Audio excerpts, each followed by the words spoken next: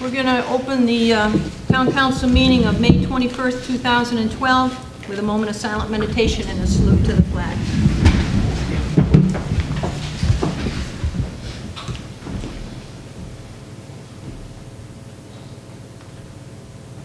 I pledge allegiance to the flag of the United States of America and to the republic for which it stands, one nation, under God, indivisible, with liberty and justice for all.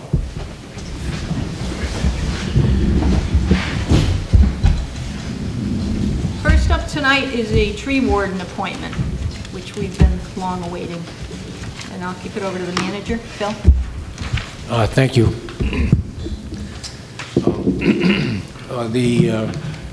The agenda item tonight is that I respectfully request that the Hopkinton Town Council consider appointing Scott Ahern as the town's tree warden.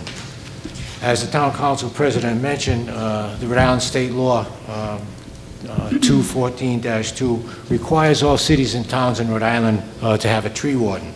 And we didn't seem to have one, so we ran a selection process. We advertised it in the Westerly Sun.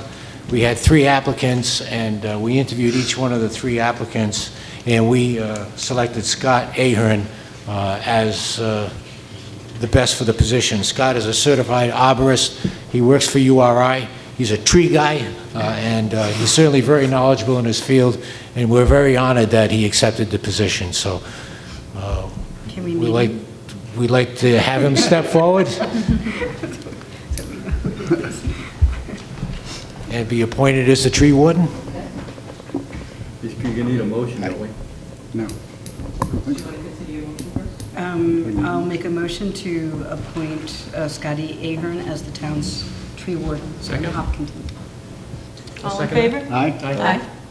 Now you're in. Do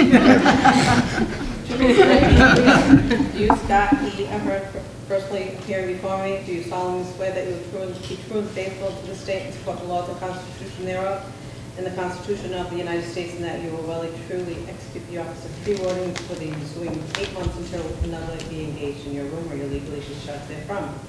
I do, absolutely. Welcome to Hopkinton.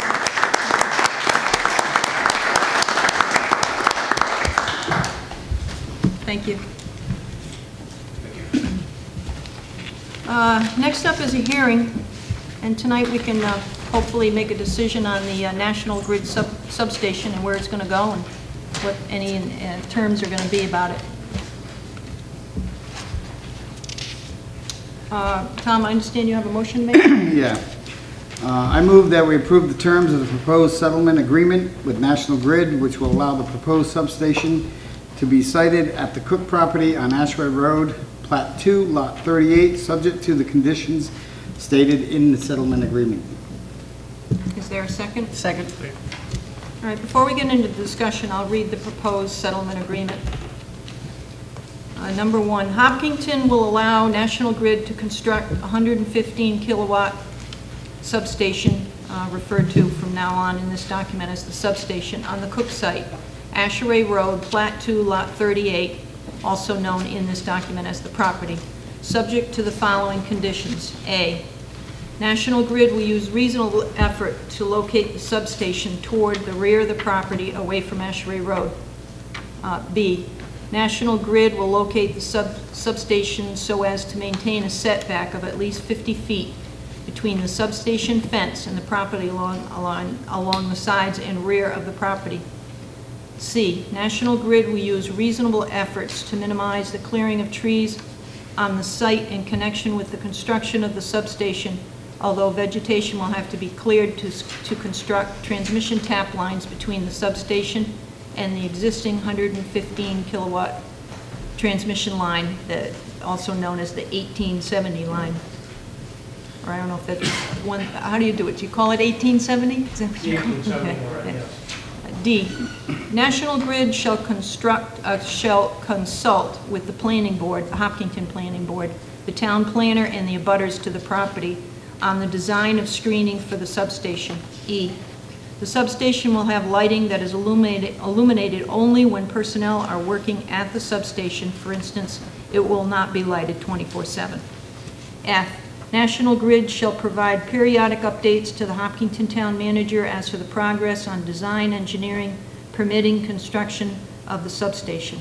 G, National Grid shall make reasonable efforts to use the existing transmission poles where possible and to minimize large truck traffic where possible.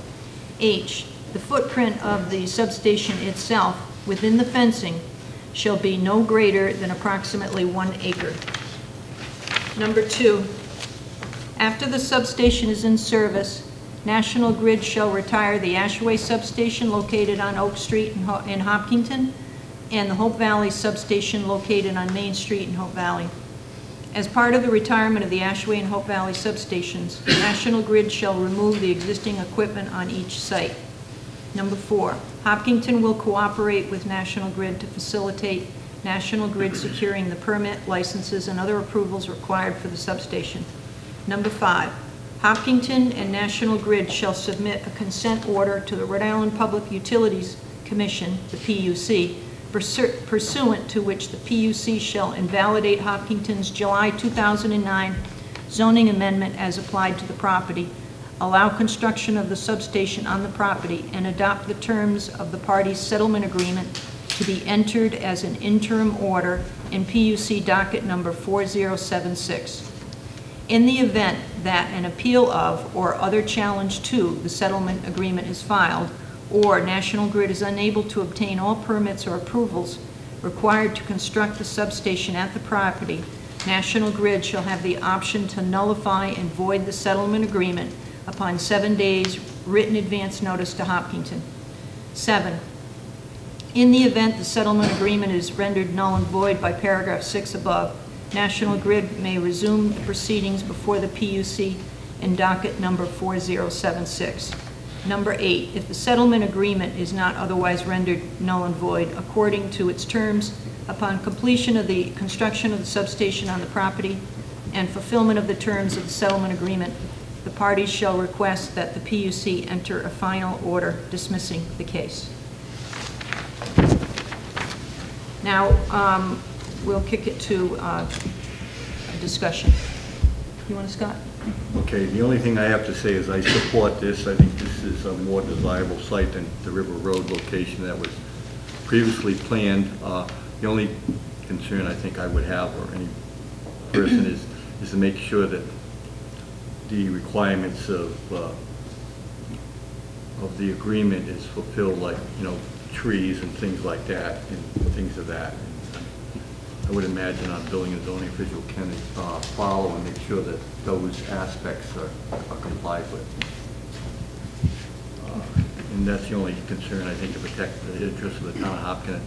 I think these type of decisions are perhaps no-win situations politically, but I think that it's more desirable than the River Road location, and it would seem that it would impact less houses than the other site, and I support it. And I'm interested to hear what my council colleagues have to say on the subject. Thank you. Tom? Yeah, I have a few comments that I've written down, so bear with me. I have some comments that I would like to make. This has been a long and difficult process for our town. National Grid first came before us in 2009 seeking to construct a new substation on the property at River Road. At that time, they made it clear to us that a new substation for Hopkinton was not a luxury, and it was a necessity. The old and small substations in Hopkinton are simply inadequate to meet the requirements of a community that has grown beyond anyone's imagination since they were installed, and that demands more and more electricity every day. It was clear that Hopkinton would have to find a place for a new substation, or else the PUC would use its authority to overrule the town and decide for us where the new substation should be. After a great deal of work, the council decided that it could not support the installation of a substation at the River Road location. Frankly, the very close proximity of many neighboring residential properties who would have been directly impacted by the substation rendered the site completely inappropriate for its use as a substation. The council felt that there had to be a better site that would not be plunked down in the middle of a purely residential neighborhood. The council therefore enacted an ordinance that set parameters on the type of site it felt was suitable for a substation. National Grid appealed to the PUC. Many of you remember the night that the PUC commissioners traveled to Hopkinton to hold a public hearing on the matter. It was a night that made me proud to be a Hopkinton resident, since we had an overwhelming turnout and a large number of speakers who all appealed to the PUC with reasoned and heartfelt arguments. Despite the crowd and the overwhelming emotions for many, this town treated the PUC with respect, and the hearing was very well received by the commissioners. They thanked us for inviting them at the end and said they had rarely encountered such a courteous and well-spoken community. They even told us about chairs being thrown at them on other occasions. We invited the PUC to walk the proposed site at another time, and they readily agreed to this. They expressed clearly at the end of the hearing they wanted National Grid to consider other potential locations within town. Representatives of the town, including myself, eventually spent the better part of a day with the PUC commissioners and National Grid representatives in Hopkinton. We walked the River Road site exhaustively. We visited neighboring homes so the impact of the proposed substation could be clearly seen. We also visited the Oak Street substation, National Grid's property on Narragansett Way, and other sites the town wanted National Grid to consider. The PUC commissioners were enthusiastic throughout the day, asked many questions, and were clearly affected by what they saw. Since that time, National Grid has spent a great deal of time exploring every other possible location for the substation in town. They came close to finding a good site a few times, but for one reason or another, it was not possible to make it happen. Some available sites in the northern part of Hopkinton are simply too far from the transmission lines that cut across the southern portion of Hopkinton to be realistic possibilities. Indeed, the further the substation is located from these lines, the greater the impact to Hopkinton, since a 200-foot wide swath of Hopkinton would have to be cleared between the lines and the site in order to accommodate the connector line's necessity. Such a scar running across the face of Hopkinton is not acceptable to anyone. Areas of the southern part of Hopkinton are limited because of the river and the flooding that occurred during 2010. For example, the Narragansett Way property was rendered completely inaccessible by the floods. This made this location impossible for use. Finally, Narragansett approached the town to discuss the Cook property site, which required National Grid to purchase the property since this is not property owned by National Grid. This large site of 16 acres, a portion of which runs under the transmission lines, provides enough space and topography to allow the substation to be located so that it can be entirely screened from view, and also in a mixed neighborhood that contains not only some residential uses, but also other more commercial business properties. Finally, fewer residential properties will be impacted, and the residential properties in the area will be greater distance from the substation than the original proposed site. I know that those residents that are in the area of the Cook property would prefer the substation be located somewhere else. I think I speak for everyone in Hopkinton when I say we all would like to see the substation located in another town entirely. But the fact is that this is not going to happen, and if we do not work with National Grid for placement of the substation in an appropriate place, the PUC has full authority to make those decisions for us, since they cannot leave us without electricity. And we will have absolutely no control over or input into the process. We must have a new substation, and we must act responsibly to minimize the impact on the town and our residents. I believe this site is the best possible alternative open to us. We have worked hard to make sure this happens in a way that we can all tolerate. This proposal, while it may not be ideal for everyone, serves all of our goals in finding an appropriate location that we believe everyone can live with. National Grid is to be commended for the lengths in which it has gone to for almost 3 years of work to cooperatively with the town, cooperatively with the town, and to respect our input and our concerns at each stage in the process. Thank you, Mr. Locouture and Mr. Rook, and everyone else in National Grid who has been involved throughout the years on this project. We look forward to your continued cooperation as the substation moves forward, and we expect and appreciate that you will be open to the town's continued input and the input of the impacted residents, both as the substation is constructed and after you become our neighbor. Thanks is also due to the PUC commissioners who recognize the importance to Hopkinton of this issue and went out of their way to hear us and help National Grid realize that it needed to consider all possible alternatives. The result, while not perfect, is the best possible decision for the town. Thank you, Thomas Clark. Barbara? I'm a lot simpler than you are. I think you've covered most of the territory. I also wanted to thank you for your consideration and the respect of Hopkinton and its issues. I thank you both, for National Grid very much. My major concern is fencing and masking. Once it is created, I would like it completely hidden, and not just for aesthetics, but for to discourage any curiosity created. Especially, we have many, many teenagers, and we love them all. But I would like to mask it and hide it as much as possible, keep it safe and sound, and disappeared.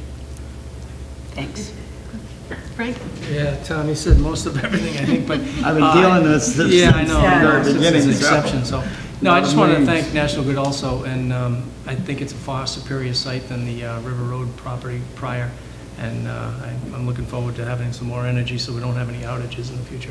So. I don't think the only thing I would add would be one thing different about this property than the original site is the fact that it has mature trees, and so we don't have to deal with having a project or whatever it might be, and then it needs a buffer, and then they do plantings which take forever to grow. So that's a plus. So of course, we don't want you to cut down too many of those trees, but we're glad that they're there so you can use them as a buffer. And I have nothing more to say because I think it's already all been said. Is there anything else? Okay. All in favor? Aye. Aye. Thank you. It's been a long road. Go do what you got to do now. Thank you very much. Going back to Maine? No, I said I wasn't coming back. Yeah. No, you need to think well of us and come back and visit. He wasn't going back No, to Maine. no, he just came down from Maine tonight. Oh, I went to Maine yesterday for a conference and came back this afternoon. okay. So you've been So you you've missed been us, I can you've tell. been staring at the highway. Are you causing problems? Frank's throwing things again.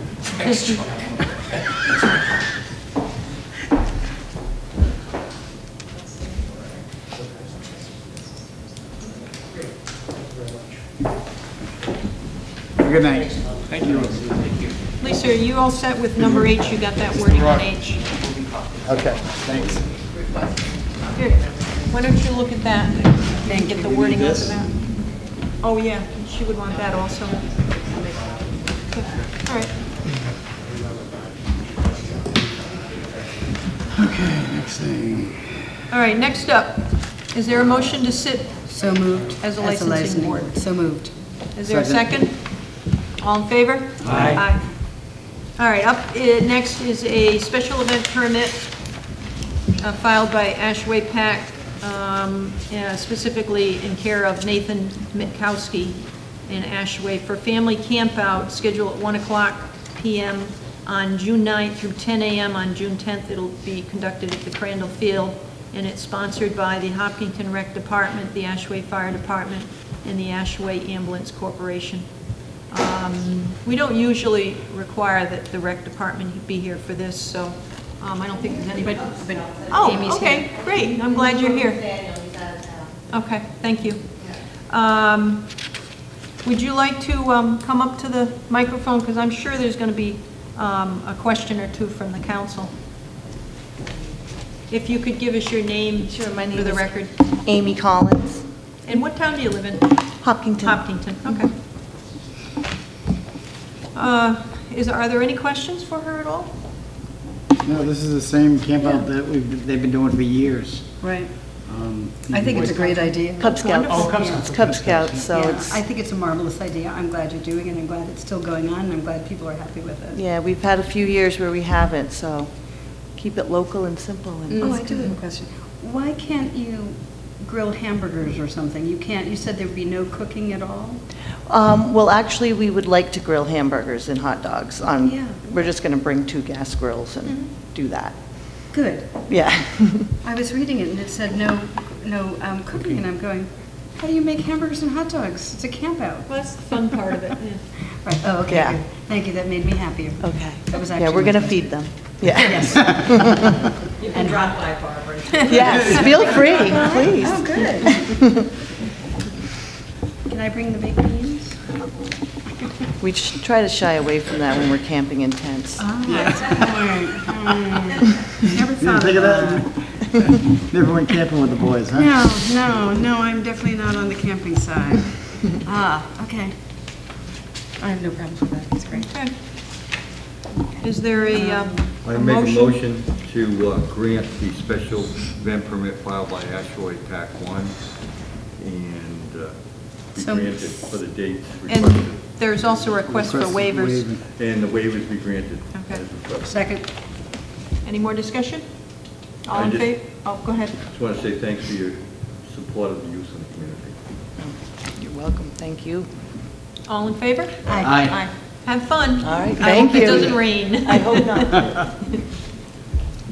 All right, next up is a special event permit filed by Wendy Ainsworth of Legends Bar and Grill in Hope Valley for a motorcycle run fundraiser to benefit the Rhode Island Food Bank in Carolina. It's scheduled for June 3rd, 2012, from 11 a.m. to approximately 6 p.m. Name for the record. Wendy Ainsworth. One thing I didn't see, unless I missed it, the insurance, They have it. did it, It's liability It- insurance, isn't it? but did it include the town? Yes, it's right here. Yes, it did. Oh, down, okay, great, all It's right, always in the bottom left. okay. All right. Who has questions? Anyone on the council have any specific questions? I do have a question. In your application, you wanted a waiver of the fees, I believe. Because it's not profitable. I just wanted to bring that up because I noticed that in there. Yeah, they're donating all the proceeds of profits to the, I think it's a really wonderful thing that you do, and I'm Thank really you. pleased in the summer. Thank you. There are so many motorcyclists that do so much Yes. good together. I'm There's so thinking I many of can. them, and I think it's just marvelous. I've known several, I don't ride motorcycles, only got on one once, lovely idea, never get on it again. Yes, I love sorry, motorcycles. I You know, do I know. too. But but I love them, I love seeing them, I just don't want to ride them. I can totally picture you as a motorcycle mom. Scarf flying, tiara and cape. Fringe. Right. Fringy. But I think they do an amazing amount of good work, and I have lots of friends that ride motorcycles and love them, and I just think that it's just a great idea, and there's a lot of good that a lot of the motorcycle groups do. I'm glad that you are supporting one of them, and I like your little red cups. What a Thank great- you. I think Thank there was you. only one waiver you wanted. There was only one waiver. For the Excuse, filing. yeah, just the filing fee. Sure. You know, I'm amazed. Is there anyone here that's here from the neighborhood? Yeah, there's not, it's amazing. I'm amazed that there isn't. They all participate, that's probably why. Oh, you think so? Yeah, I know so. How They- many years have you the- done this? This is our 7th year. The 7th year? 7th year. What happened was we've always donated the money to the Robert Goff Fund. Mr. Goff's getting elderly now. They've got enough money in the fund for probably another 3 or 4 years, and he just wants to end it so he doesn't have to go to the school and do all the dedicating of the scholarship. So this year, we decided to donate it to the food pantry down here in Carolina. But Right, Mrs. Ken. Capalbro just brought something up to me that maybe we might be able to do next year for the church in Hope Valley that has a fund They have a marvelous fund that most people don't know about, but they handle rent and oil and food. It's through the Catholic Church in Hope Valley. St. Joseph's? Yes, and it's a beautifully run organization, and they're very, very quiet. And I'm they on do. the finance. Well, I didn't know that. St. Joseph's, They're yes. very quiet. They're very secretive. We are. But I think it'd be a great way because it goes right back into the community. That's what we want to do. We want to keep the money in Right. the local community. But So, I really recommend it. I think it's a great Tell us exactly how it runs, because motorcycles are very loud, and you have a very small piece of property. So tell us how it works. Okay, we guide them all in and line them all up. We leave around 12:30, and we hit 3 other places. This year, we're going to one of my customers, they're having a baby shower, and we're all showing up with diapers for Melanie. And where is that? That's we go all up around Situate and back down and around. We have different stops that we stopped because it's a poker run, actually. Everybody gets a poker hand, and the best hand gets a little name on a plaque on the wall, and same thing we do with our chili cook-off. And we end up back at Locustville Pub, and we do a buffet-style dinner, and we have lots of raffles. A lot of the businesses in the community they donate to us every year. So last year, I believe, we had like 87 raffle items. That's how, 2 years ago, we donated $4,000 into the Robert Goff Fund just from this one event. And we were doing spaghetti dinners also, not at my restaurant. We were doing it in the Elks up there in Coventry. But again, it just got a little hectic, so we stopped doing that one. So when do you expect to be back? We're usually back around 3:30. And then you eat? And then we eat and we do the raffles, and then by 6:30, 7 o'clock, everybody's pretty much gone. I think it's a great idea. Thank And you. how many participants do you expect this year? We had 87 last year. So probably a similar number? Yeah. And if it rains, then it's far less than that. Well, I think it's telling. If not a single neighbor here is here, Yeah, I think so, then I too. think you must be doing I something didn't right. expect that either. I expected some Me too. neighbors to be here tonight. And even Georgia, she rents me her back property for $1 for the day. I sign her, just so she's not liable for anything. So, I mean, Georgia even donates to the raffle table also. Oh, that's wonderful. That's just great. Wendy, as I mentioned prior to the Yep. start of the meeting, the liability insurance looks like it's yearly. It's gonna expire, It runs yeah. out May 26th. and I'll your just event's bring June in a 3rd. copy of- Yeah, the updated form, get it to Lisa, Absolutely. I guess. Yeah, that'd be great. Absolutely. Thank you. Good luck with it, hope you raise a lot of money. Thank you. I'm all set. Should I make a motion? Yes. I'd make a motion to give a special event permit to Wendy Ainsworth for Legends Bar and Grill to do a motorcycle run fundraiser on June 3rd, Including waivers. including waivers. Second. Any more discussion? Is there something you had? I was going to make the motion, we'll call Bob. Okay. Mr. Hurst is actually one of my customers. He comes in for lunch quite often. Is there anyone from the public that wants to comment on this? Okay. All in favor? Aye. Thank you. Thank you very much. Frank comes in I with hope his you have a wife, safe too. day. They Yeah. come in and eat, too. Yep. Thank you. See you, Wendy, thank you. Is there a motion to adjourn as the licensing board and reconvene as council? So moved. Is there a second? Second. All in favor? Aye. All right, next up is the growth management ordinance. We're going to open a hearing on a proposed amendment to Chapter 159, Section 12, the growth management ordinance. This amendment would extend the effective date of the current growth management ordinance to December 30th, 2022, with planning board review and a recommendation to the council for its continuance beyond that date, no later than June 30th, 2022. So meanwhile, and I introduced it, but that's all it is. It's just to extend it. Is there any discussion from the council? I thought, what I did think was, it was very interesting how they came to the number. Yeah. And I never knew that. I never knew how that number was always figured out. Yeah, to that point, Tom, I was curious that that formula was still valid going forward from when it started, and apparently it still is, so which is fine. Yeah, because they researched it too. Is there anyone from the public that would like to comment on this? Okay. You might want to thank the planning board for the great work they've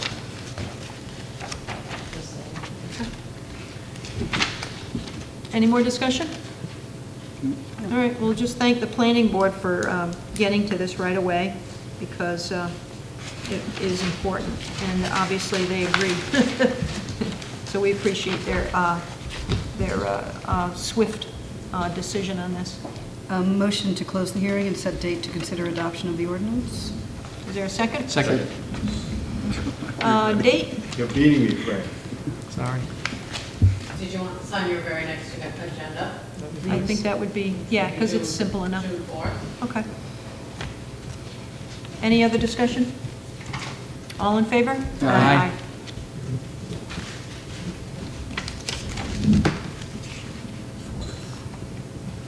Okay.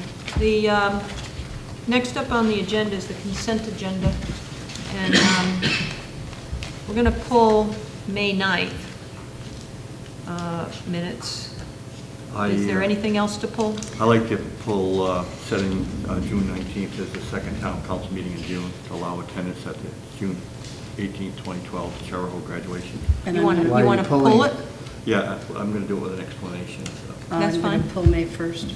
And May 1st, okay. Okay, is there a motion to? I make a motion to accept the town clerk, tax assessor, which includes abatements and supplements reports. Second. All in favor? Aye.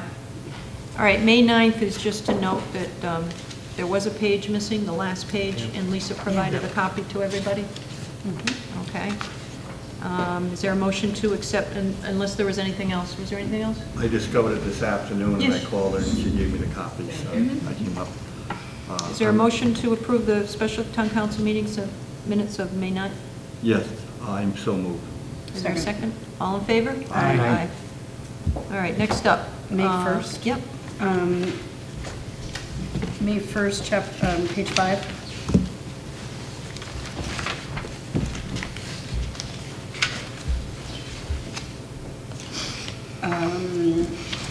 It's about middle of the page.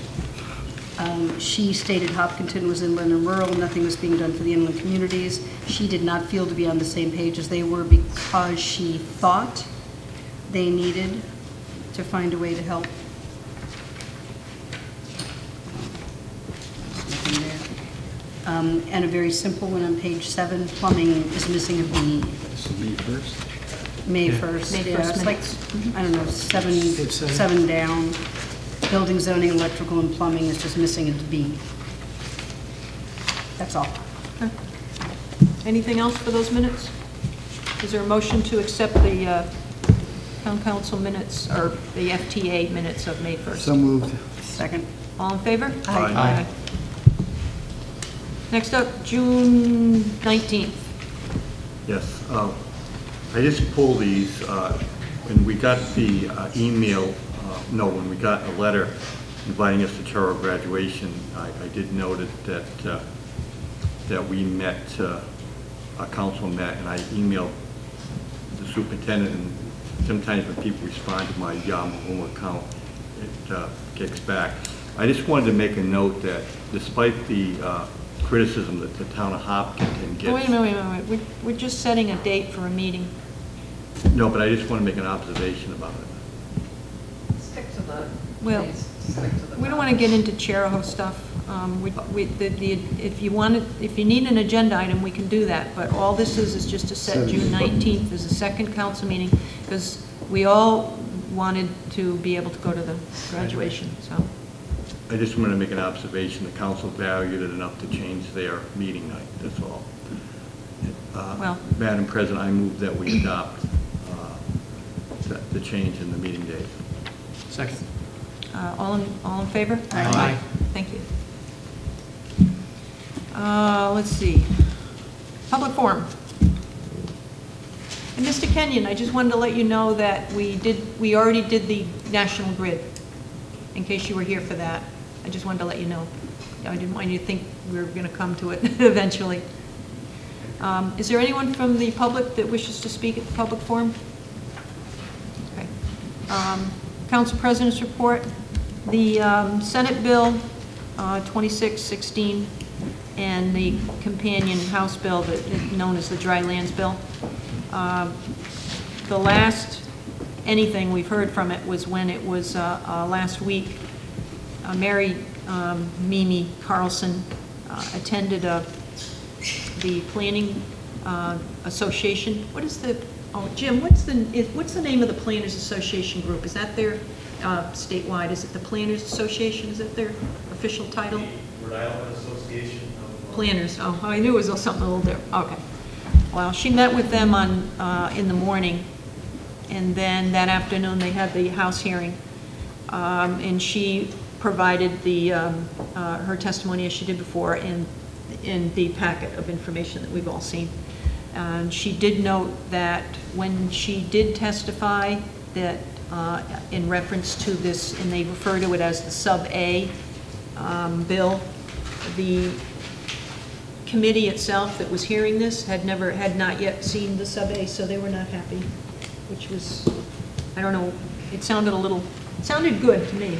But anyway, last I've heard, it isn't going anywhere. It ended. It all seemed to have ended there. So hopefully it's something again. Hopefully it won't come up anymore, but who knows. The other two items that I wanted to bring up really relate to the Town Hall Consolidation Project. So all I will do is just simply state or note that the Thayer House debt and revenue and the Waterline debt revenue, I brought them here. And as Bill will get into the Town Hall Consolidation Project, I just wanted to note that the Thayer House is by way of Hopkinton's history. It's just a couple of examples of how we deal with borrowing and saving and borrowing and paying back. And the Thayer House, for instance, needed, this was back in the 90s, needed a considerable amount of renovations. The town took out a loan. They paid back and they renovated. They then brought in, of course, it was all a part of a plan. They brought in the post office. And now, since the debt is paid off, now that revenue simply goes into the general fund, and it's around $12,000 a year. So that all worked out. And the Waterline debt was the same sort of issue, except the town arranged for it. The Waterline needed to borrow $100,000 through a Farmers Home loan. The payback was structured in such a way that the revenue would pay off the debt, which it's done, and it was not the town that paid it back. It happened to be the Waterline users. So it's just another example of how the town has been fortunate over the years to use the same methods over and over and over again. So that's all I wanted to bring up. When was the water line put in? 1990. I should know that date. I think it actually got turned on. I think it was 1994. I'd have to check, but I think it was 94. What was that, 20-year loan? It was a very long loan. I think it was. Let's see, it might have been earlier than that. Yeah, probably 15 Well, it got years. paid back. Yeah. Soon. It was the early 90s. It was shortly after I got appointed as solicitor the first time. Well, yeah, the water line didn't actually, turn on the tap, if that's what you mean. The water didn't officially go on until 1994, but I think it was a very long, I thought it was 40 years. It was ridiculous, I thought. I just couldn't remember when it went. Yeah, but it did get paid off. So councils back in 2003 or 4 saw that the water line had revenue and they could pay off, and so the town, they made a decision to pay off the debt, and then over the next couple of years, the water line paid back the town to save on interest. Mm-hmm. So it was even a different way of doing it. But anyway. But still, common sense and good sense. Yeah, it was, yeah. So let's go with the same kind of sense, and we'll do all right. Bill, Town Manager's report. Thank you. I just had 3 items on the agenda. The first was Rhode Island Retirement Security Act of 2011, that seminar. Laura Kenyon and myself, along with numerous police officers, attended a presentation by Ms. Malisi, is a senior retirement benefit analyst at the Rhode Island ERS, and she basically explained to all the officers the ins and outs of the Rhode Island Municipal Retirement Security Act of 2011 and how these changes are going to affect them in the years ahead. And the presentation was held at the police department with approximately 15 town employees in attendance, and it was very, very informative. During May, the town began its collective bargaining negotiations with the police, clerical, and professional technical employee unions. These processes require a significant amount of time and effort to prepare the town's negotiation proposals, conduct a line-by-line review of the contract language, track the changes, and coordinate the presentation of these proposals with the town solicitor's office, Pat Buckley, Finance Director Laura Kenyon, Vice President Tom Buck, applicable department heads, and members of the town's collective bargaining team. That's an ongoing process, and we're presently in negotiations with all three unions. During the month of May, I worked very closely with Rick Lawrence, Lawrence and Associate. He's the architect for the town, who we hired after going out to bid for the town hall consolidation project. We work closely to display proposed site and floor design plans, along with information memoranda justifying the need for the consolidation. We're attempting to increase public awareness of this project to gain voter approval of a warrant item requesting the authority to borrow up to $900,000 for the construction and renovation of Town Hall to consolidate offices for a more effective and efficient municipal government that will better serve the needs of the town residents. The budget referendum is June 12th of this year. And just very briefly, I'd just like... I've got a suggestion. What I'd like to do, if we can work this out, is recess for a few minutes and set up the plans, bring the easel in here, set up the plans, and have somebody work the camera so that we can get some exposure of what the plans look like in reference to the plan on camera. Does it sound like a good idea? Sure, It'll that's fine. only take us a few minutes to set up. And if there's anyone here who would like to run the camera, is it just kind of a point in a, it's pretty simple, isn't it? Just focusing and... That I don't know. Oh, okay. Yeah, but you're All right, gonna well, want to let's see, zoom. well, let's see if we can figure that out. All right, well, then we'll recess for 5 minutes. And I'm going to try to talk to Agnes into it. That's what she gets. That's right. Christine will handle the camera. Thank you, Christine. Oh, good. Try to cover the full base. Would you like to grab the Sorry, back?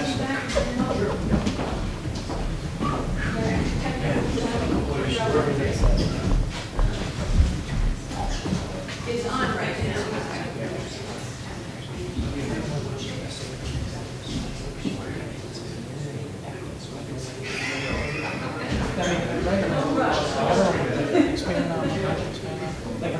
Do you know how to turn it on and off? And nothing to read. Because right now, No, just say, hey, this is what I'm thinking. recording right now. Well, that's fine. That makes sense. Oh, all right. I can do it. All right.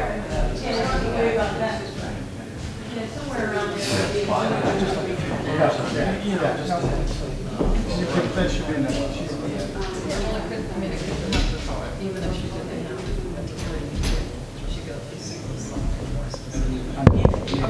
Where she's coming from, just so I can...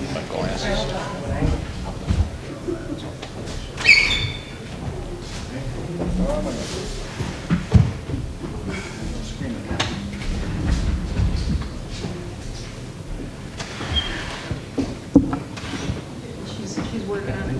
Are you going to go over all this? Good. If that's okay. Good, yeah, absolutely.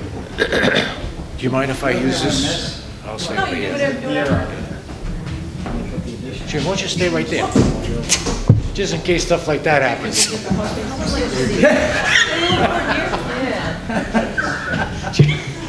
Jim's getting beat up by an Jim, where did you come before you came here? No, well, they mentioned it. Oh, yeah, we're going to definitely have to do that. Okay. Oh, yeah. Yeah, just a standalone, yes.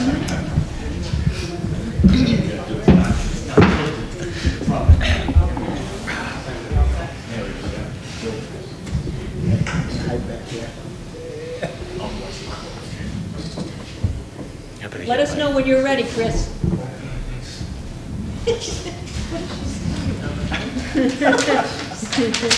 Should have a camera on Chris. When she falls and breaks a leg. No.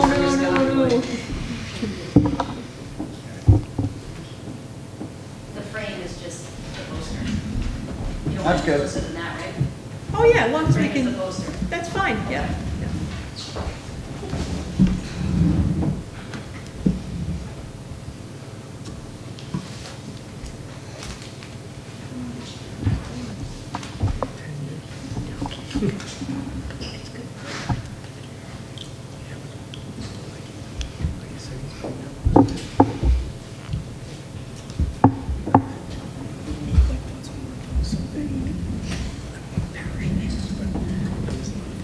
Now, what are we waiting on here, Chris? Yeah. Oh, are you all set? All set? All right, go for it. Do you have to reopen the meeting, or are we all set to go? You're all set, go. Okay, thank you. This Town Hall consolidation project to put an addition on Town Hall is not anything that's new. It goes back to the year 2003, when the then town manager and town council recognized and identified the importance of an addition onto Town Hall, not only to put everybody under one roof, and to bring everybody back to, but also to alleviate the overcrowding within the town hall. What happened to that project wasn't very good. There was an initiative. They went out and hired an architectural firm through a bidding process, and the architectural firm designed a building floor plan and a site plan that was very impractical, in my opinion. And apparently the then town manager and town council felt the same way. Shortly after the design plans were presented, the town manager abruptly resigned. Finances weren't looking too good, and with the impracticality of the floor plan, the project literally died. Sometime later in 2008 and 2009, because of, again, the severe overcrowding, the plan was resurrected, but unfortunately it didn't go too far then, also because of not enough finances to fund the project, and also because of the abrupt departure of the town manager. And needless to say, the plan stayed the same. There were no new architectural studies that were done, so the plan that was bad 6 years ago was still bad 6 years later. Then in 2010, for the third time, I reviewed some of the past plans and spoke to a few people, and the town council, especially President Tom Buck at the time, had indicated an interest in resurrecting this project for the third time. The town council was very receptive, and we went out to bid for architectural and engineering services. We hired Lawrence and Associates from Manchester, Connecticut, and Rick Lawrence came down and did phase one of the architectural process. And basically what that consisted of was a need space analysis. He came down, took all the measurements inside and outside. He interviewed all the department heads. We submitted a questionnaire to all the employees as to what they felt they needed in Town Hall. And based on the amount of employees that we have, what they do, and the space that is needed for a similar type project in a municipal town hall, he designed a very basic, simple, straightforward, and efficient floor plan and site plan for this building. And as you can see, it's right here. The existing square footage of Town Hall right now is approximately 4,000 square feet. The addition will be about 5,500 square feet for a total of 9,514 square feet. As you can see on the design, from here down is basically what exists today, and from here back is the proposed addition. And it's about as simple as you can get. It's very straightforward. It's a T, if you can see the corridors. There's an entranceway for town residents and others on the left-hand side. We still have the entrance to the council chambers down here at the beginning, and then we have another entrance for employees on the other side. It was very well designed by the architectural firm, with a lot of input from all the employees in town of River Hall. We try to get the offices at the ends where people would come first, like the tax collector, assistant tax collector, tax assessor, town manager, right in that area, and then the car extends all the way down and all the way into the front.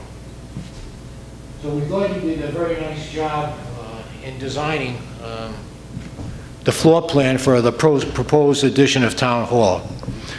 Now, with respect to finances, if this proposed next fiscal year budget passes in 2012 and 13, it includes some additional money on an incremental basis for the Town Hall in the capital improvement project. What that will give us right now is approximately $700,000 in the bank already to finance this project. This warrant item that will be on the ballot June 12th will authorize the town to borrow up to $900,000, and it's about a $1.6 million project. And as the town council president had said earlier, the town has done this before for the water line and also for the police department. With respect to past history, the town's record of borrowing and completing the project and paying off the debt, the police station was built by setting aside $500,000 over 2 years. And the third year, the town borrowed $900,000, the same amount that we're looking for this time, and returned almost $100,000 to the general fund. The town also borrowed funds to renovate the Thayer House and paid off the debt by renting one floor to the post office, and this rent is now a revenue source for the town to the tune of about $12,000 a year. So it's not a case where we're looking to borrow the entire amount.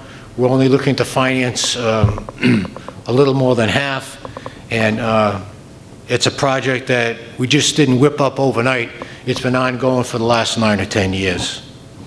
With respect to borrowing as opposed to saving incrementally on a year-to-year basis, borrowing allows the project to complete it in a timely fashion.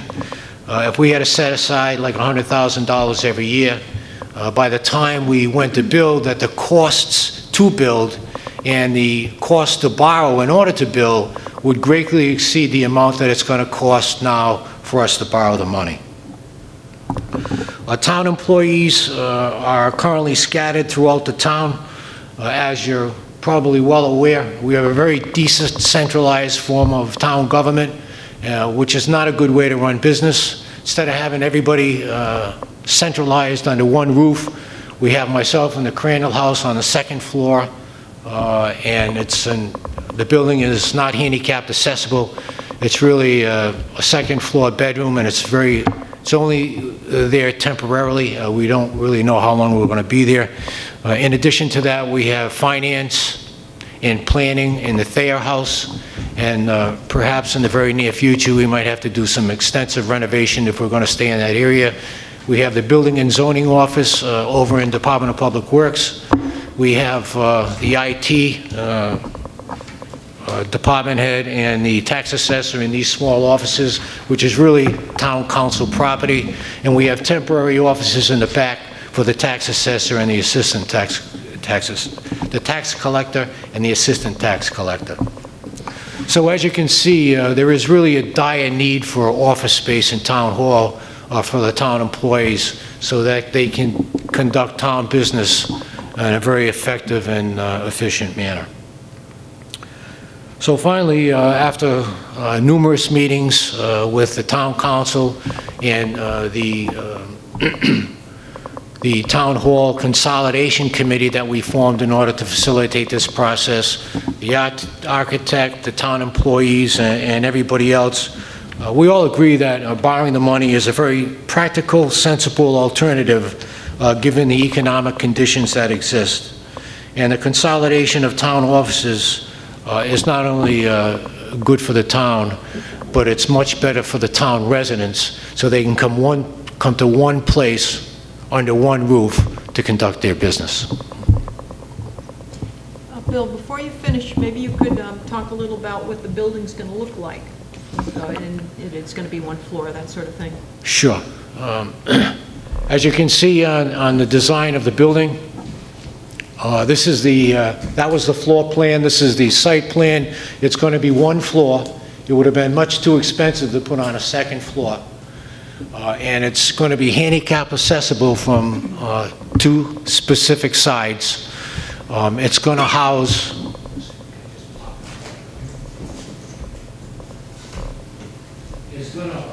the following offices. It's going to be the tax collector and assistant as you come in. Next is going to be the tax assessor and the tax assessor secretary. Next to that is going to be the GIS IT office with a half a room for the computer and server data equipment. And then in the far right-hand corner is going to be the director of finance and assistant director of finance right next door. As you come in, which is the opening doorway for the general public, the town manager is going to be right there with a small office for his secretary and a conference room. And then as you proceed down this corridor, there's another smaller conference room for all of the employees to meet. If you continue on, you have the planning office, and just beneath that, you have the building department with the building officials. So planning and building go basically hand in hand, and they're going to be together on this side of the building. We're going to have a separate break room as opposed to the one that we have, which is really an entranceway between the town clerk's office and the council chambers. There's a lack of privacy, and it just has a poor perception of people taking their breaks and their lunch when they're supposed to do that, and people coming in paying their taxes and going to the tax assessor's office. Sometimes when that room is very crowded with employees, it just gives a wrong perception. So we're going to have a separate break room, and then the men's room and women's room are separate rooms, and we're going to have that leading in as you go into, then there's a record storage and then another small copy center. So it's very basic. This doorway in is going to be closed to the general public, and we're just going to have one main entranceway and a separate entranceway to the council chambers. If you come into the front of town hall and you're unfamiliar with the building, it's really confusing as to how to get in. There are like 3 separate entrances, and you're really not sure which one to use. This design is going to eliminate that, and there'll just be one main entrance in the front, a separate entrance for the council chambers, and then a side entrance over here for the general public, and then a side entrance over here for employees. 2 parking areas, both with 20 spaces, one on one side of the building and one on the other side of the building. You can see the existing town hall here. And the proposed addition is going to go right back in the center, all the way back. And there's been a lot of site work that's been previously done, so we know where the rivers are, the wetlands, the sewers, and we're careful not to hit sewer area over here, and there's some wetlands that go in the back that we can't touch. But from all indications, the proposed addition will fall between the 2 parking lots to the rear of this building in the center, and won't impact any of this area back here. I mean, there's a lot more work that has to be done. There are 3 phases in the architectural and engineering stage. We have just completed phase 1, and we approached this project very incrementally in that we didn't allow the architect to go into phase 2, which is much more expensive. It's like 3 times the cost. Until such time as we got the green light on June 12th from the voters that authorized the borrowing of up to $900. Once we get that green light from them, we'll be able to move forward with the phase 2, which will be a lot of mechanical engineering and site work, and then into phase 3, which is the final work. So it's a very incremental process. It's been very well thought out.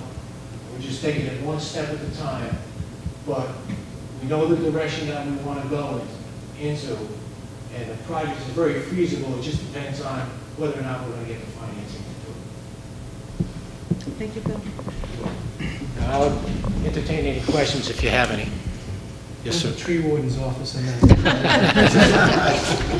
Out back in the tree. Yeah, you're cutting it down. First pine tree to the left. Yeah, we got a tree fort back there, yeah. Yeah.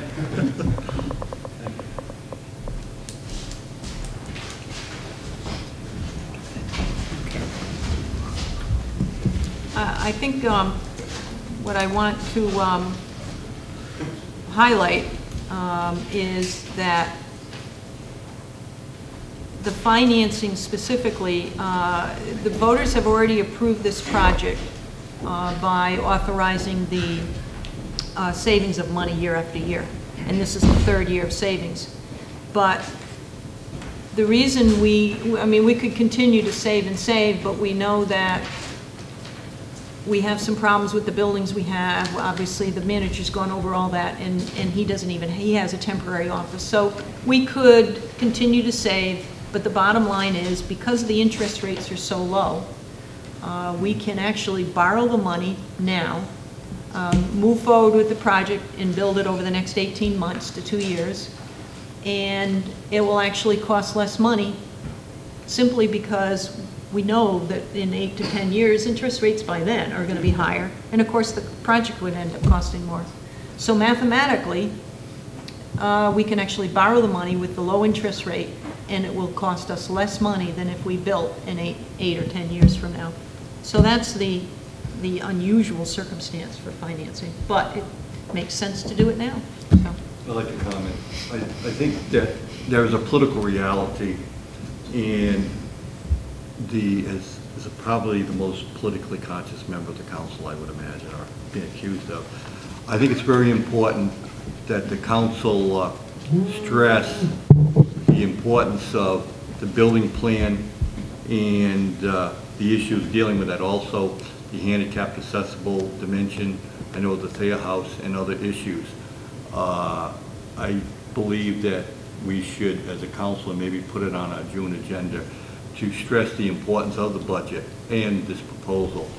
I think the council has been very responsible in the budget on the general government side, taking into account the Charles situation, and this town hall consolidation project does everything that's already been mentioned tonight, but it's not a slam dunk politically.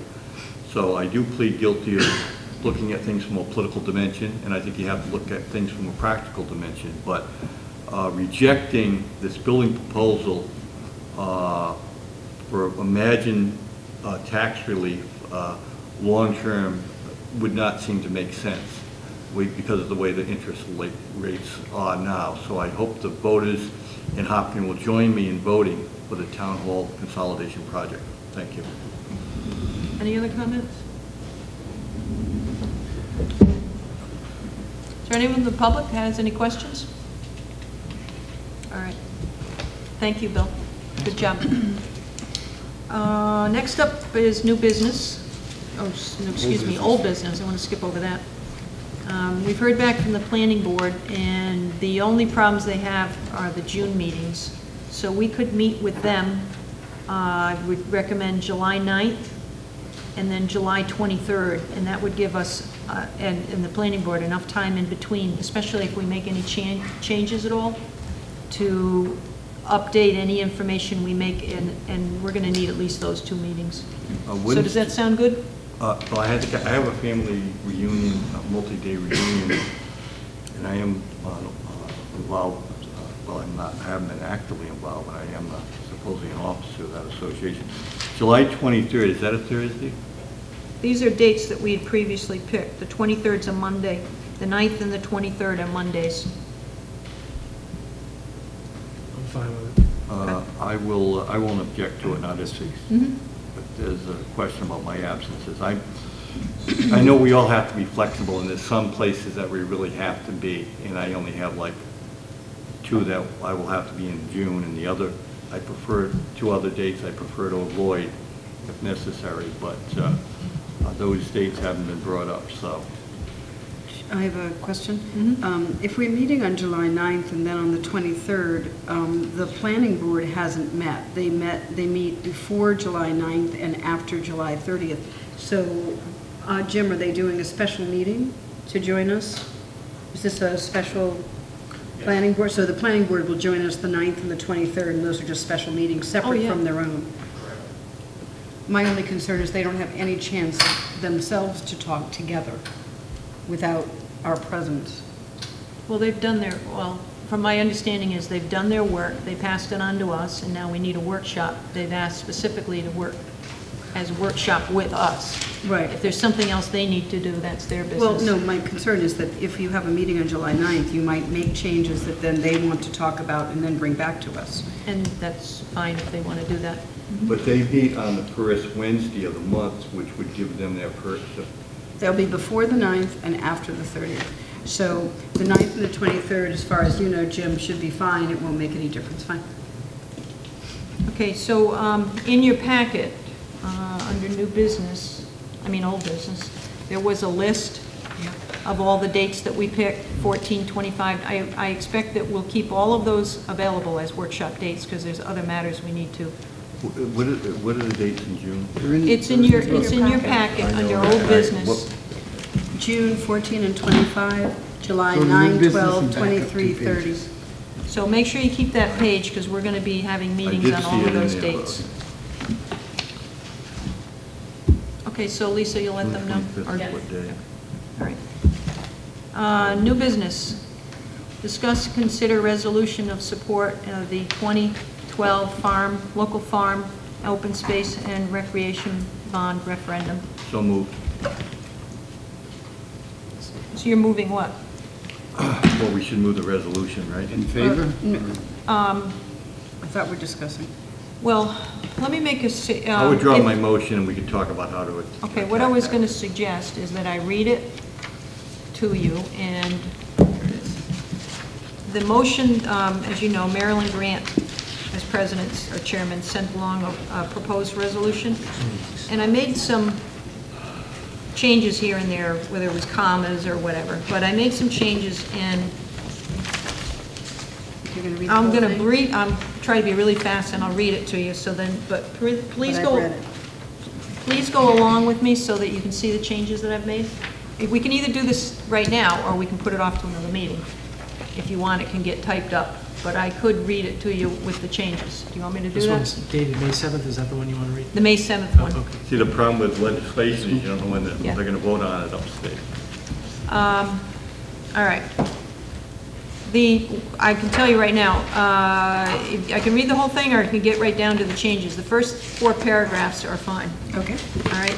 The 5th paragraph where it begins, whereas the town council of the town of Hopkinton adopted an updated comprehensive plan with a recreation, conservation, and open space component, which documents the town's objectives for open space acquisition and preservation, along with recreation development, period, or semicolon. And then I took out in a manner consistent with the state guide plan, because I haven't read it. I don't know Oh, if yeah. it's I agree with inconsistent, you know what I mean? Yep. Mm-hmm. So the next paragraph, all I did was take out an and. Where's the Narragansett Bay? Whereas the town of Hopkins, it's the third one down where it says RIDEM local open space grants to improve Crandall Field recreation facilities, comma, or facilities to protect the Grills Preserve. So I just struck out and, that's all. What is the Kenyon Crossroads property? Oh, I skipped over a paragraph. I'm sorry to do, the paragraph before, there was a significant change. Whereas in November 2004, we know where I am? Yep. In 2008, the citizens of the town of Hopkinton overwhelmingly voted to approve the state open space bond referendums. I just took out by a margin of 67% and 67.4 respectively. I just took that out, okay? Okay, So that so was the you- only change I made. To approve. Voted to approve the state The open space state. bond referendums. For farmers, blah, blah, blah. Okay, so on the next page, there was a lot of little changes. The first one, whereas the town of Hopkinton supports and wants to sustain our local agriculture, comma, the local food industries, comma, and encourages farmers to protect their working farms with the state, okay, the rest is fine. With the state, oh, I'm sorry, with this, okay, yep, that's fine. The next paragraph, whereas town projects have been financed in part with state conservation rec department bonds that enabled the town to implement our adopted comprehensive community plan, comma, preserve. Hold on. Okay. Go through that again. Okay. Whereas town projects have been financed in part with the state, conservation and rec development bond funds. Period. That enabled the town to implement our comprehensive community plan. Hold on. That was all. Okay. And then Did you kept the preserve our community character? And then the next one whereas our IDEM funds to protect working farms and other open space conservation and recreation development programs, and then cross out from previous bonds, are nearly exhausted. It is now therefore resolved and that the town council of the town of Hopkinton support, so you just cross off the S, and then it goes on, and then we go to the next paragraph, and all I did was cross out Article 5, Question 4. Okay. And then I crossed out Article 5, Question 3, because they're referenced above. And then on the last Oh, yes, paragraph, I okay. did the same thing. It says Question 4 and Question 3, so I just crossed them out. And Lisa, I can give you my, you got them? Okay. Yeah, it was just a little tinkering. Yeah, that was good.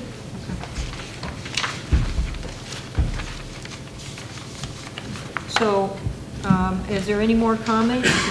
I mean, do we need to get into all of the reasons, as you could see from the Where's trust? the Kenyon's Crossroads property? Where's the Kenyon's Crossroads? That's in the last whereas on the first page of this resolution. It's on, what are you looking at? Right here at the very Where bottom, right here. is it? Oh. I just want to know what the Kenyon's Crossroads property is. That's the Kenyon's Is farm that- or where? Up off of Collins Road? Yes. Is that Richard Kenyon's farm? I think so. Yeah, Is they're that the- doing trails through there. Yeah. Okay. Sorry for the I think I remember DPW, that. we're gonna, Yes. Any other questions or comments? I had a quick comment. I mean, I'm all for the farm piece of it, the recreation, but the open space, I know we have a lot of open space, not on the tax rolls, and, buying more land. It's just something I think that we've got enough of. But I am in general in support of this resolution, but I just have some concerns about buying more open space. the only problem with not buying the open space is then it can be developed. And by putting more houses in, I mean, that was the whole premise of the land trust. I always thought of the same thing. What happens when you start buying it up and, where it's coming There's up no the tax development. rolls, but if you figure out how many houses, just like National Grid, the Cook property, the 16 acres. If that was developed. 8 homes. 8 homes, 2.3 kids per home, how much does that add to the school system for the next 18 You're years? telling me you don't want any kids? You can build No, it. I have just kidding. nothing with the kids. Don't go down that road again. I already got in trouble for that about 6 years ago. I agree with Frank on a level on that. I like recreation and conservation too. The only concern I have on open space is just with the economy right now. I think that the state will be putting out the open space bonds, and indeed they may pass. I'd certainly like more money going toward job creation and, work with small business right now than with open space. However, I certainly agree with the resolution overall. My only concern is in the economy. I'm not sure if I want to put money into open space, but I certainly would like to buy things for recreation, for job creation, and for small business and large business creation. Yeah, it's also one of those things that if And it it's really up to passes, then the- it's nice if our local town Right. has access to Exactly. it as we have. because if we don't, somebody else will. And it's really up to the citizens, so. But the since part it's- about the open space is, when they grab land for whatever reason, that's, as you put less houses, and the way I see it, that's less draw on the water system, because eventually, how much water is under there? We're not sure. We know there are problems all over. A neighbor can not find water, and then across the street, their neighbor has plenty of water. But it's, at what point do we not have enough water for all the new houses that keep getting built? And the planning board's been concerned about that, but I don't know what the answer is, so. So I'm glad when they set aside some land. I think that if you look at the maps, I haven't seen them lately, that Hopkins has plenty of water. But I think that the thing is that one of the selling points for the town of Hopkins is the open space that we have, because a lot of people from upstate and other areas, the more populated, Western Rhode Island, Washington County, it's very important to keep open space. The real issue, and I know people like to increase the tax base, which I think is important, but until the people in this state finally realize they got to do something about the use of property tax to finance education, land issues are going to be driven by property taxes impacted by education costs. I think that the selling point for the town of Hopkins is open space, and I believe that's been an issue in Charlestown, because a lot of their land is either open space or owned by the state and things of that nature. But I think that potential should be, the voters should be allowed to vote on it, and once land is gobbled up, just like the growth management thing that's in farmland. So I think it should be, we should support it, and it should be put to the voters. Do you need a motion in support? Yeah, with the changes. All right, I'd like to make a motion in support of 2012 local farm open space and recreation bond referendum with the changes. Second.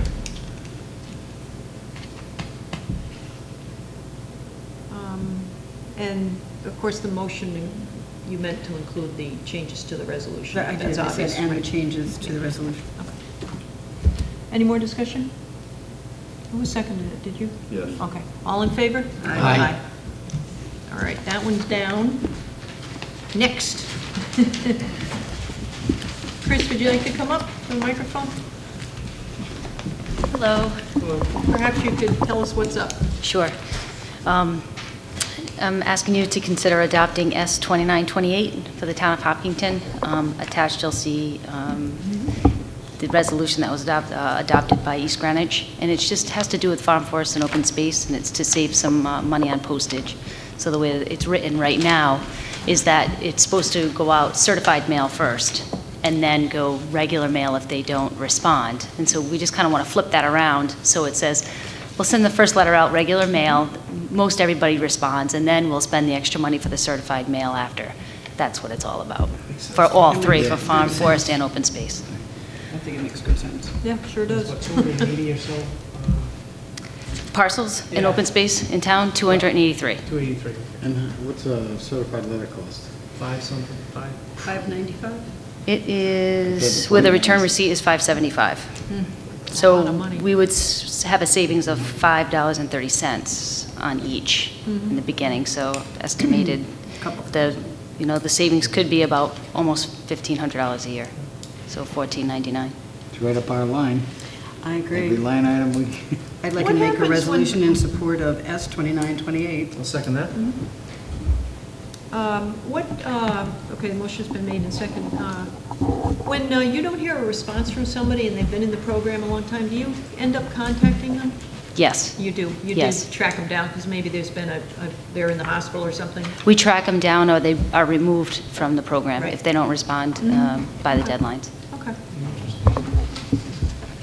Any more comments or questions? How many of the people that would be in that program do you think live locally, and somebody might live in another state and they just don't? Do you think I'm not I would say the asking for numbers. majority live here that are in open space, farming and forestry. There are some parcels that, they're just open. They're not developed. they're being farmed or they're used for forestry. But from what I've seen, it's predominant that the owner lives locally. And if something's not farmed, like it was there as farm space, but then it's not farmed, does it become, or can the people ask for it to become open space? Correct. Oh, okay. So they have an alternative if they no longer wish to farm? Correct. Great, thank you. Okay, all in favor? Aye. Thank you. Thank you. And Lisa, we'll send both of these to the usuals, plus Marilyn Grant had also asked that hers be sent to our local people, but also House Speaker Fox, House Finance Committee Chair Mello, and Senate President Paiva Weed. Okay. Next up, let's see. Consider appointment of alternate to the municipal court judge. Make a motion to reappoint I'm Linda Urso. Linda Urso. Thank you. I just drew a Second. major blank. Fine, I'll second it. I seconded it. And of Okay, course, sorry. and this is because of a specific case. So Well, anything that's a conflict of interest, Linda would sit in. Yeah, she's the alternate in the case. It's You do not, this Well, on we- a case-by-case basis. yeah. Pat had recommended a previous meeting that we do it on a case-by-case and not blanket, oh, okay. so that when it comes up, it Is could that be so? case-by-case. It doesn't come so often that it's problematic for you, so. So, okay, would you withdraw your motion? I'll withdraw my And motion. you withdraw your second? I withdraw my second, and I Just do it move for this to one. appoint M. Linda Urso, appointed as the alternate judge in the municipal court to hear one case on June 1st, 2012 docket. Second. Any more comment? All in favor? Aye. Thank you. Let's see. Is that in there?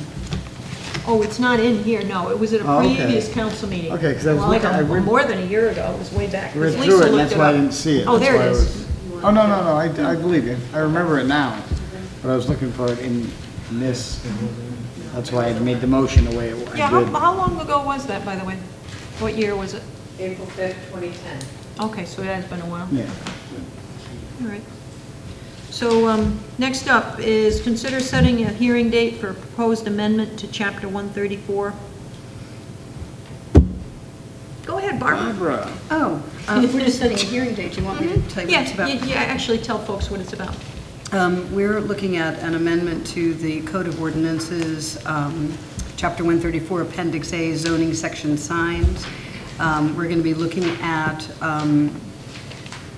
amending the sign ordinance specifically to prohibit advertising signs in any zone that are self-illuminated using LEDs, OLEDs, plasma screens, LCD screens that have computer or processor-driven movement, other than open signs or time and temperature signs, or that are brighter than ambient sunlight during daylight hours. And we're going to have a discussion about that. These are, if you can think of the billboards as you go up to Providence, the big LED billboards that change color and change shapes and advertise something every 30 seconds.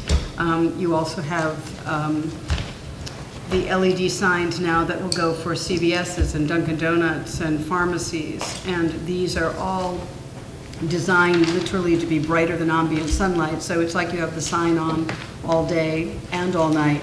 In the business, I'm a lighting designer. Don Simmons is on the planning board, and we took a look at this, and he's a lighting engineer. In the business, we call that Little Singapore. It's like having baby Las Vegas strips everywhere you look. Because when one business starts it, the other businesses need to be as bright as, to bring attention to the liquor stores, CVS's, motorcycle shops, Home Depots, and we would like to prevent this from occurring in Hopkinton. So we'll be having a hearing to discuss that when we set the hearing date. And what would be a good date? As soon as possible. And it's too soon to get it on for June 4th, so I would suggest your June 19th. That's the soonest we could do it? Yes. Is the first meeting too soon because of advertising? Because you have to remember, if any signs go up before we Oh, of course, yeah. disallow them, they're grandfathered in, Right. which is why I'd like it as soon as we can do it.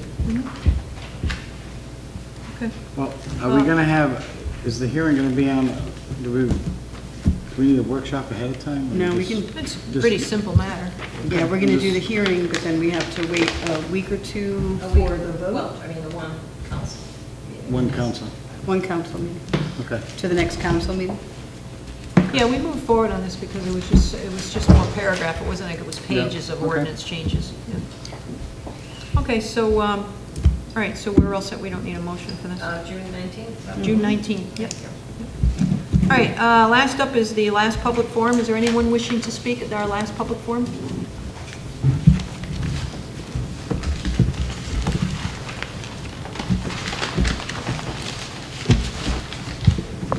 When my dad was about 90, I walked behind him leaving the church one day, and I heard him speak to the minister at the door in quite a loud voice, and he said, "To tell you the truth regarding the sermon," he said, "I couldn't hear a word you said, but I'll assume you're all for good and against the bad."